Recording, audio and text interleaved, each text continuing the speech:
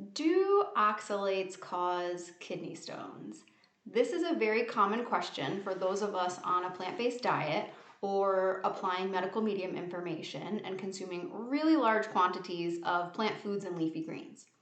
So the incidence of kidney stones is on the rise, but I can assure you that that's really not because the average person is eating a pound of spinach a day. On the contrary, the average person is eating the standard American diet, which is very high in animal protein, processed foods, salt, and dehydrating beverages, and it's typically very limited in fresh fruits and vegetables. So if you're worried about oxalates, I'm going to help you get to the bottom of this. If you've had kidney stones in the past, I'm going to give you a lot of strategies to help prevent them from happening again in the future. My name is Rachel Pellison. I am a registered dietitian, nutritionist, and an herbalist applying medical medium information, and I'm excited to get to the bottom of this debate about oxalates once and for all.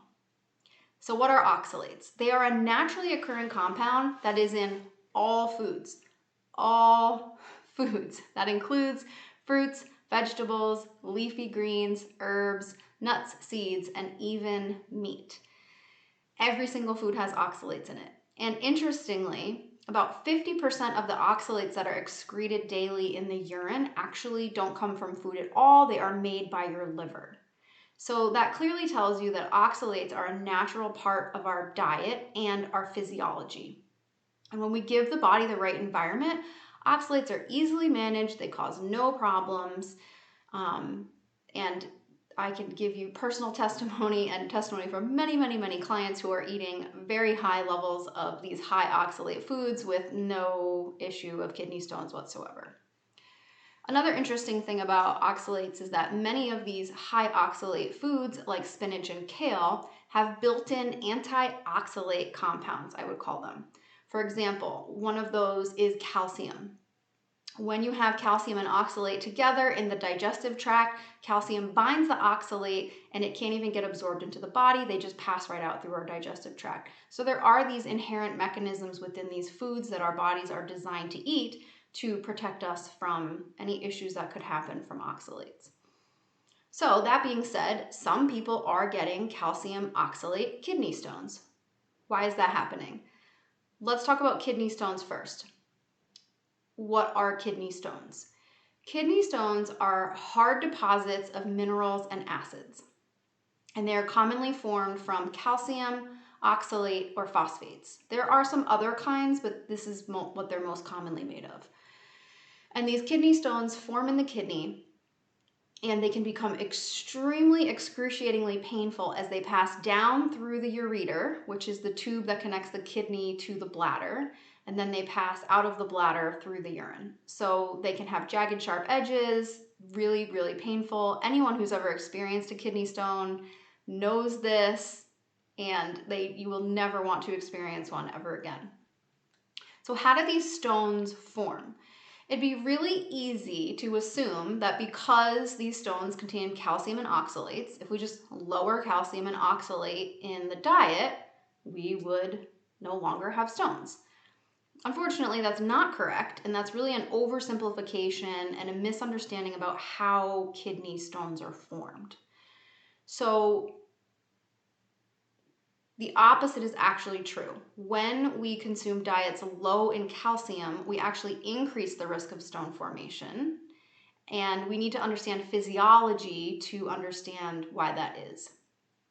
So kidney stones form when the body is dehydrated, when it's acidic, when it's stressed, and when it doesn't have sufficient minerals. So when the body gets into this state, it has to correct this pH imbalance, right? We can either be acidic or basic, but we really want to live in this nice neutral space. Unfortunately, most of what we are exposed to in terms of stress and diet is highly acidifying. It's very rare that people will become too basic. That really only happens if you were to like guzzle gallons of milk. There's something called milk alkali syndrome, but again, that's very rare. You'd almost have to try to be doing that intentionally. Most people are much too acidic.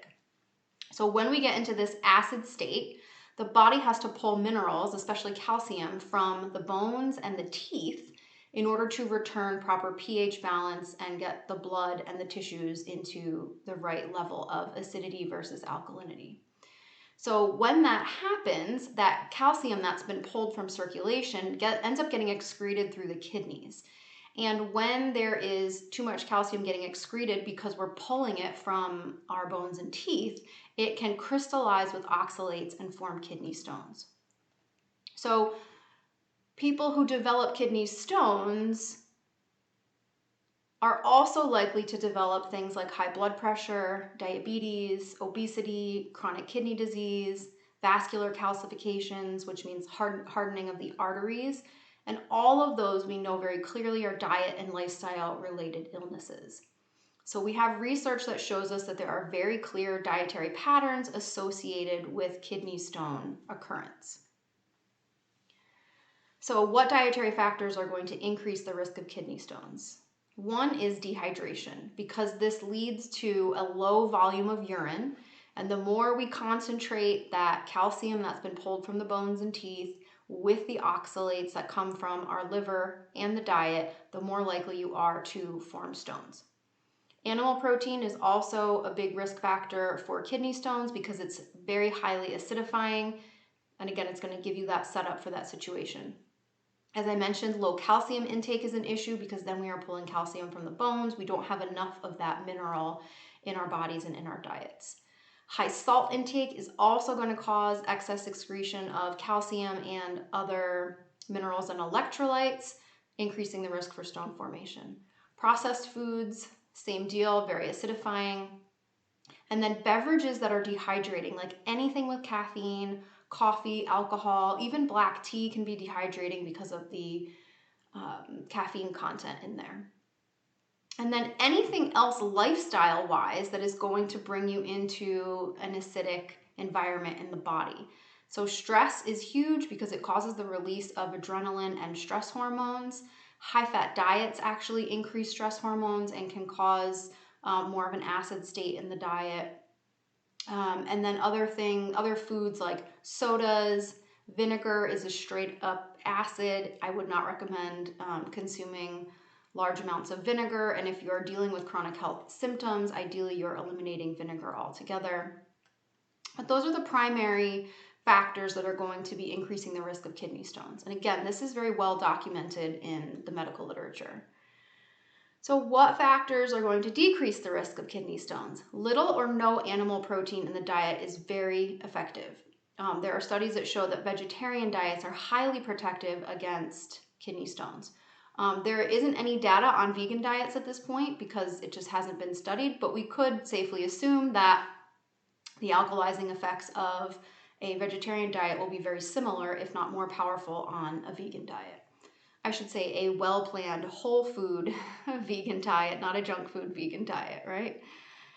Proper hydration is extremely important. This is actually the number one most important thing for preventing and treating kidney stones is proper hydration, so that you're making enough urine volume that those calcium and oxalates don't get too concentrated and then start to form crystals. We call it in chemistry falling out of solution. So when you make the concentration high enough of calcium oxalate or calcium phosphate or other compounds that can form stones, they crystallize, right? And they fall out of solution. They get almost like a chalk. And this is what's causing the stones. So hydration is super key. And I'm going to give you more details on precise dietary recommendations towards the end here. Lowering your sodium intake is very beneficial, again, because that salt is going to be pulling calcium and precious minerals out of the body with it as the body excretes it. Getting enough calcium is also really important, so we're feeding the body all those minerals it needs to deal with the acid burden that comes from modern living and to make sure our bones and teeth are nice and healthy as well. Dietary intakes high in fruits and vegetables are very powerful for preventing stones because they are alkalizing the body. They are providing alkaline compounds. Diets that are higher in potassium, magnesium, and citrate. And these are primarily going to come from fruits and vegetables. These are those other electrolytes and minerals that I mentioned that are really important for alkalizing the body and dealing with the chronic acidity that comes from the stress of modern living and toxin exposures and all those things. Citrate in particular from lemons and oranges is very powerful. Berries and pineapple are also good too, but lemons and oranges are going to be the number one thing. And I'm going to give you precise numbers on that in a moment. The truth is that our bodies are designed to manage oxalates very easily when we consume this alkaline diet that's very rich in fruits and vegetables and we keep our bodies hydrated. So this isn't just going to prevent kidney stones, it's going to prevent all kinds of chronic illness, it's going to heal chronic illness, heal all kinds of symptoms that you have, it's going to help your body detoxify and cleanse, and you're going to have the best digestion, the most energy, you're going to sleep better. This is the optimal diet for everything. So I kind of always joke that every time I make one of these videos or talk about a different health condition, at the end, the diet is very similar. There isn't one diet for this condition and one diet for that condition and one diet for that condition. It's across the board. There is a diet that supports health. And when we give the body the right environment, the immune system works optimally, we sleep the best, our body can manage stress better, and it can heal, we can restore tissues. Everything works better when we give the body the proper environment. So it's not necessarily about designing a very specific diet for a very specific condition. It's about consuming the diet that our bodies are designed for physiologically, and many, many, many symptoms and conditions can fall into place and heal at that point. So in particular for kidney stones, what should you eat to reduce the risk or to prevent them from happening again? Like I said, the most important factor is hydration. So I would aim for 8 to 12 cups of living water per day. If you've already had kidney stones, I would go for 12. Of course, this all depends on your size and how much you're sweating and many factors, but these are generalizations. And living water is water that has either some kind of fruit or vegetable or herb in it, something that is alive that you put in there, because our water is very heavily processed and contaminated. And even if you're running it through a good filter like a Berkey, it's been through pipes and all kinds of stuff. And there's a lot of really beautiful, interesting research about the memory that water has. I do have the book here. Nope, I don't have the book here. Anyway, I do have the book here. So this is The Hidden Messages in Water by Masaru Emoto, and I'll show you one image. It just shows you how water changes based on how we treat it. So this particular crystal, this big one over here, was said thank you to. And so you can see it forms a really beautiful, nice, healthy looking crystal. Then we have, let's see, other water crystals that have been told I hate you, or have come from places in the world that are heavily contaminated, and they do not form beautiful, healthy looking crystals. I'm looking for... They are much sadder, disfigured looking crystals. So anyway, there's lots of cool people on Instagram who are also showing, here's one that is a malformed crystal. This is played Heartbreak Hotel by Elvis Presley. So obviously this crystal was getting this water was getting the energy of heartbreak. So there's lots of fascinating research on this that you can check out. But put something living in your water, because it's going to completely change the structure of your water and then the way that water interacts with your body. Your body's going to recognize it as alive and living and as life force more than just plain water out of the tap or out of a bottle. Water from a spring is great because it is living water that has come right from the ground. Other fluids that are really powerful for preventing healing kidney stones: fresh squeezed orange juice and lemon water.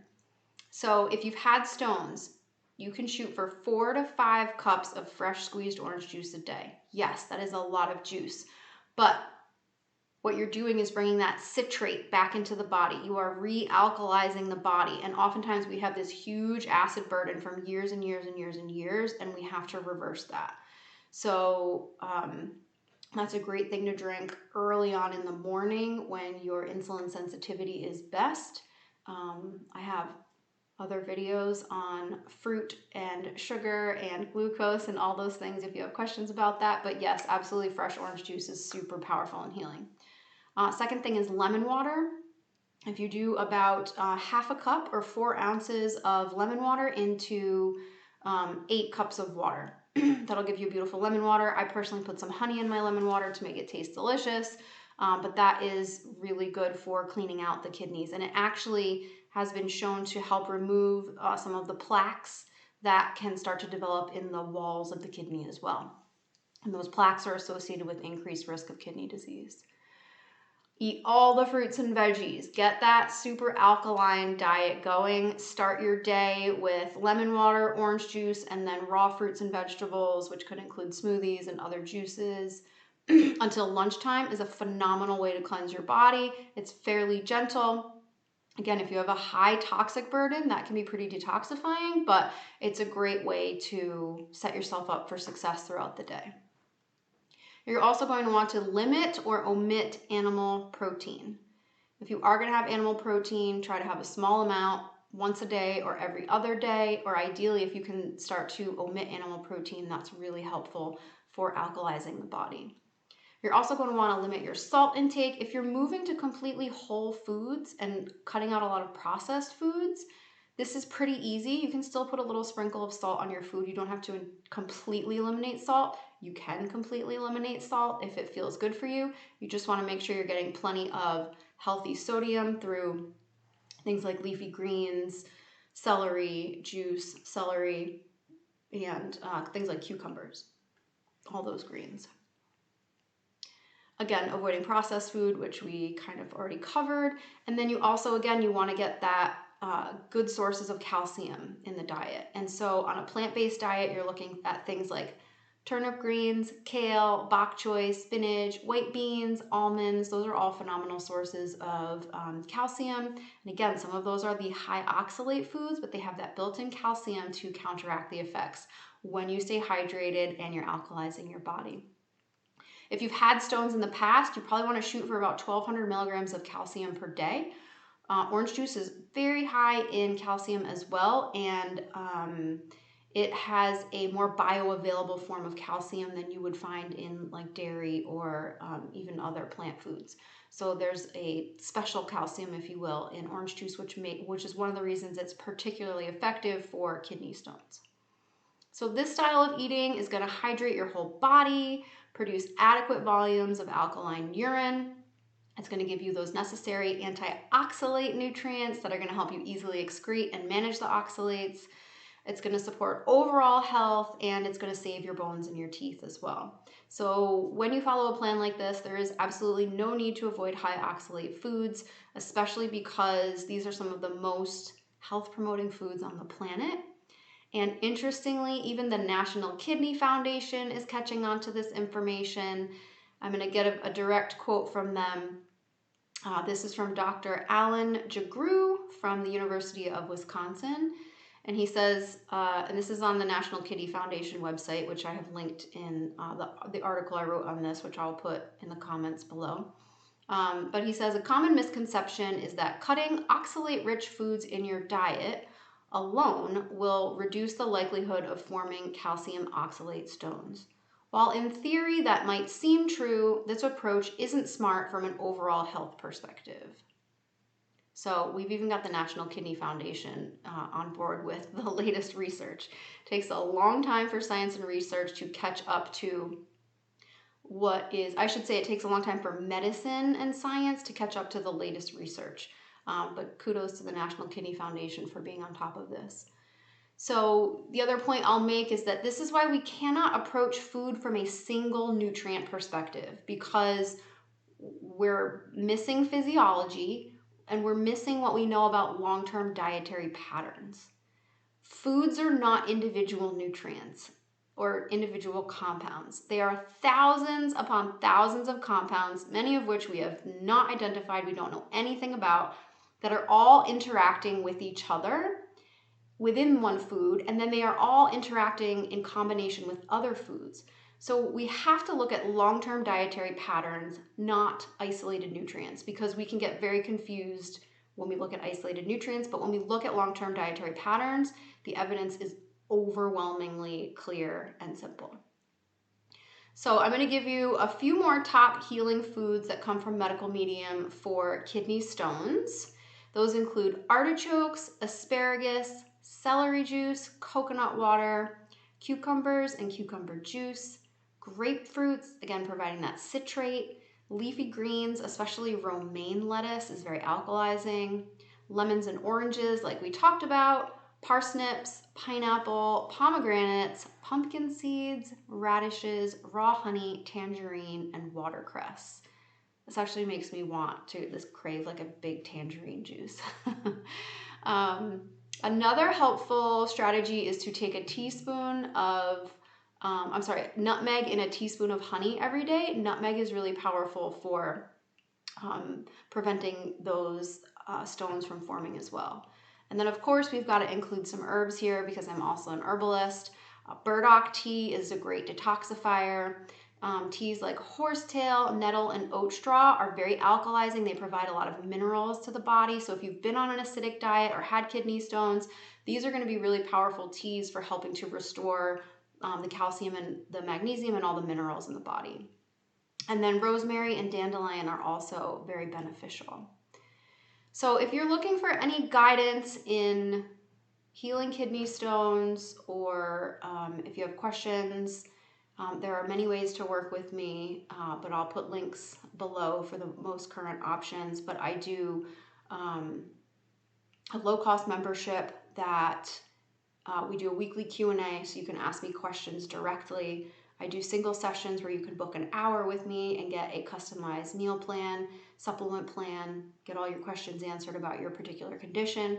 Or if you are really in this to reverse significant health symptoms and you want the absolute fast track, no messing around, I do a 6-month one-to-one package that provides my most intense level of support.